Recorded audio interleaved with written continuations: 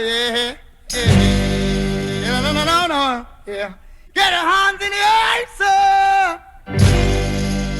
Woo, yeah. Then you will get no hurt, mister. No, no, no.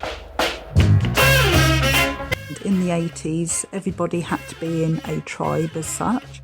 And at the time I was in a rockabilly, psychobilly tribe, but I also like punk and ska and lots of other alternative musics. I like anything that's not really chart music, mainstream, anything that's slightly anarchistic.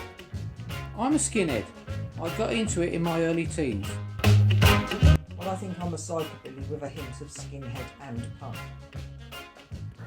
I would say mainly I'm part of the skinhead culture, but also the scooter boy scooterist culture. As a 17-year-old lad, I always thought a Lambretta was the coolest thing in the world. So the scene that I'm talking about is the dance music scene. I know that is very diverse nowadays. I know that it's had a resurgence in popularity. I joined this alternative music scene in the 1980s, or actually probably a bit before that, to be honest. I'm quite old now. So, but obviously it's a scene that goes back to the late 80s.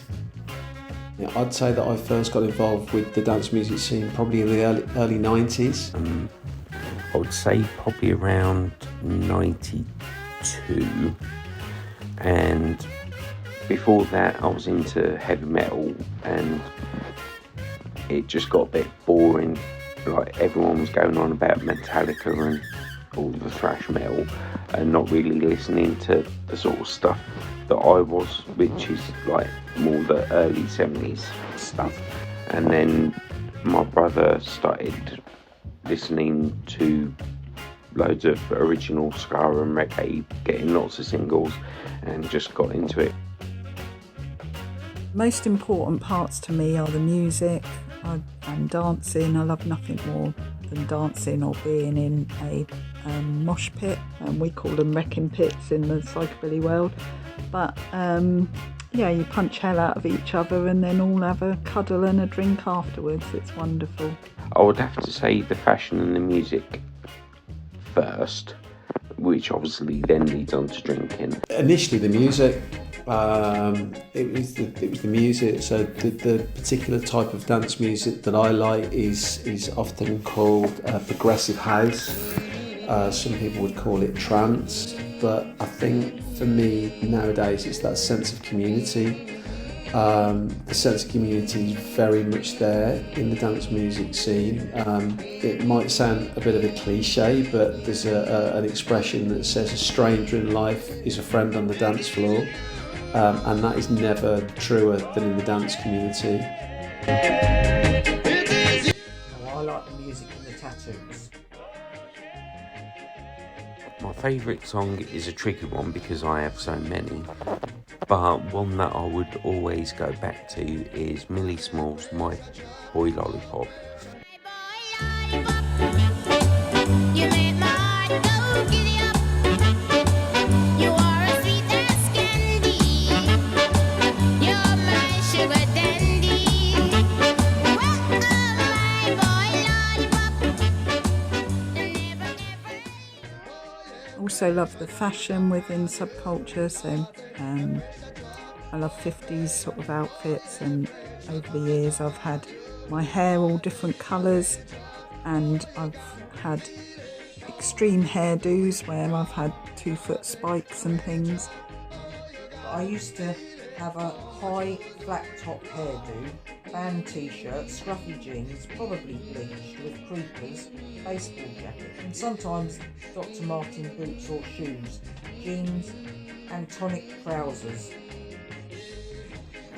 My favourite look would have to be Doc Martens jeans with a 1/4-inch turn up, cut so it's slightly showing the ankle of the boot, braces and a buttoned down collar shirt.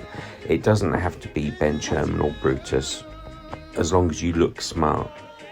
I do like a Crombie, but a denim trucker jacket or a flight jacket or a Harrington or a monkey jacket. As long as it looks smart, that's what matters. As a DJ, I have a vast amount of favourite songs, but I'll try and narrow it down.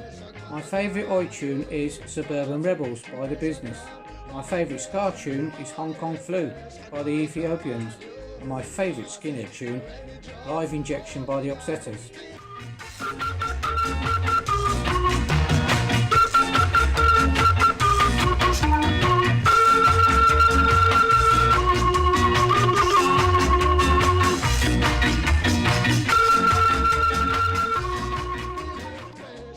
I think politics played quite a big part in the subculture movement because whoever you look at, whether it's punks with the anarchistic values or skinheads with their working man's sort of right wing, you've got to go out and pay your bills and put food on the table type agendas, there's a lot of politics behind that.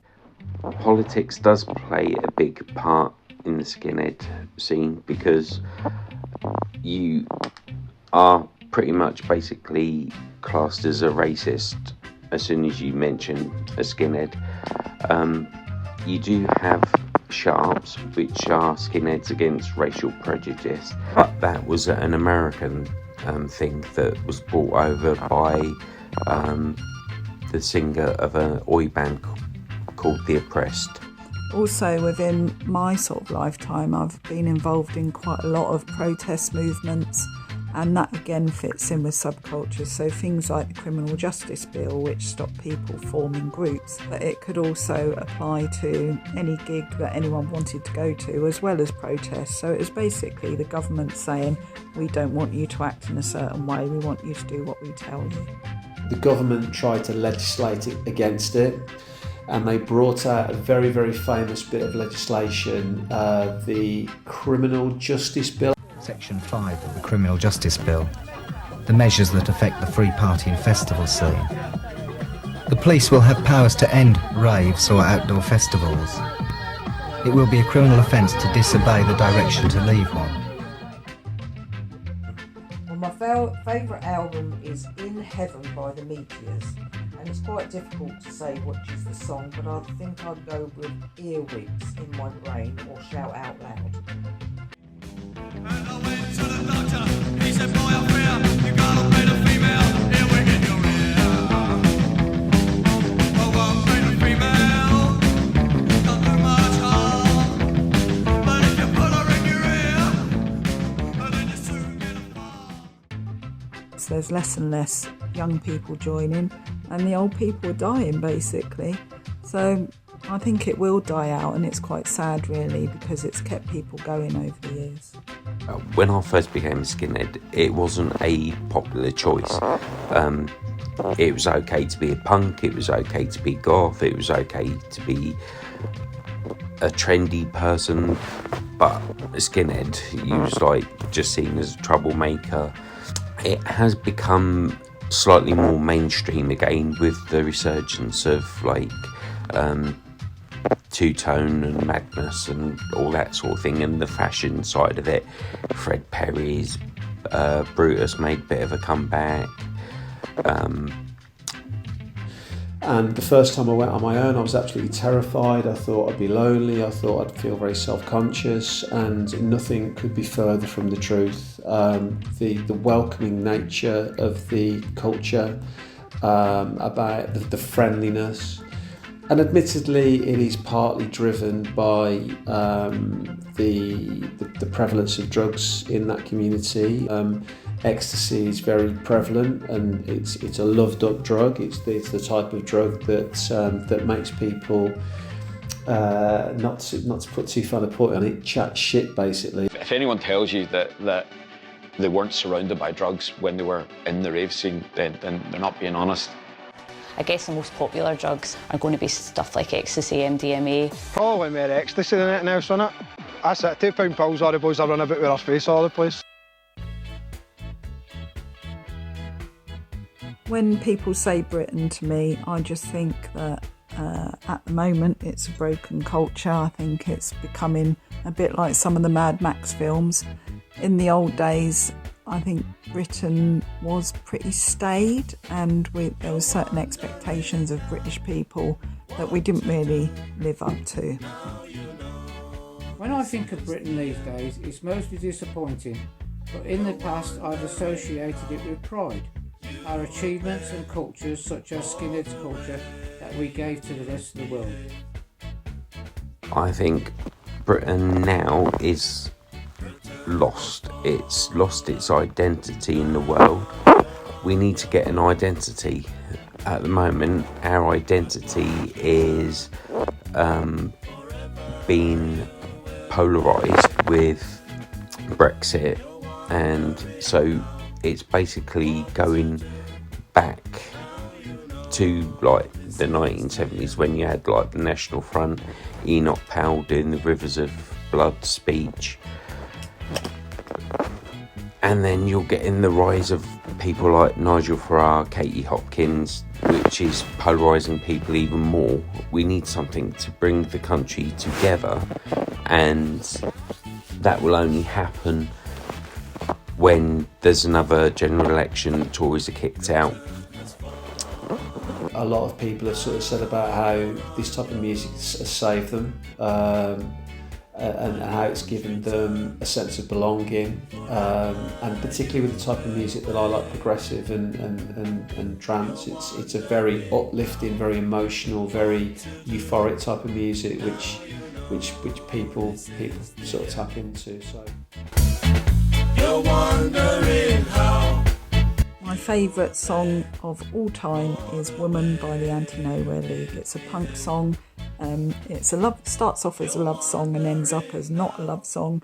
And if you have sensitive ears, don't listen to it. To death us to part. To death us to part. To death us to part. To death us to part. To death us to part. What did you just say to me? You didn't know me like this yesterday. Woman, I don't understand. I'd never shut up about a band called Above and Beyond, or a group of DJs called Above and Beyond. A general, what's my favourite song? Then it's not really a dance song. It's like a song from back in the 80s by Duran Duran called Save a Prayer. It's just a song that I've always loved. But if it was like a favourite song from the dance community, it would be a song called Need to Feel Loved by an artist called Reflect.